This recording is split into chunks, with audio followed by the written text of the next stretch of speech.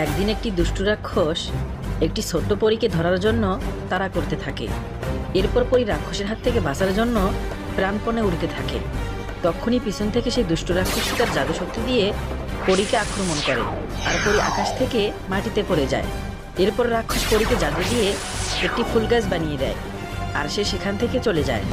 এর বেশ কিছুদিন পর টুনিস্তানা টিঙ্কু সেই পথ দিয়ে মাছ ধরতে যাচ্ছিল। হঠাৎ টিঙ্কু দেখে একটি ফুল গাছ কান্না করেছে। এরপর টিঙ্কু সেই ফুল গাছটির কাছে যায় আর তাকে বলে তার কি হয়েছে, সে এভাবে কান্না করেছে কেন।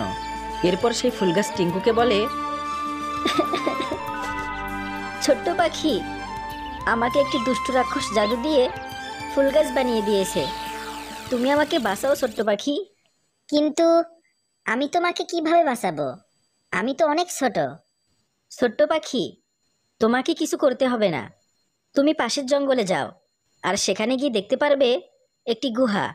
ওই গুহার ভিতরে আমার জিন বাবা আছে। তুমি আমার বাবাকে গিয়ে আমার এই বিপদের কথা বলবে। আচ্ছা ঠিক আছে, আমি যাচ্ছি। এই বলে টিঙ্কু উড়তে উড়তে সেই গুহায় যায় আর পরীর বাবাকে সব কথা খুলে বলে। সব কথা শুনে পরীর বাবা টিঙ্কুকে সাথে করে নিয়ে সেখান থেকে সোজা সেই ফুল গাছটির কাছে আসে। আর তখনই তার মেয়ে ছোট্ট পরী তাকে বলে, আব্বু, আমার খুব কষ্ট হচ্ছে, তুমি আমাকে বাঁচাও আব্বু। মা, তুই কান্না করিস না, দাঁড়া, আমি তোকে এক্ষুনি ঠিক করে দিচ্ছি।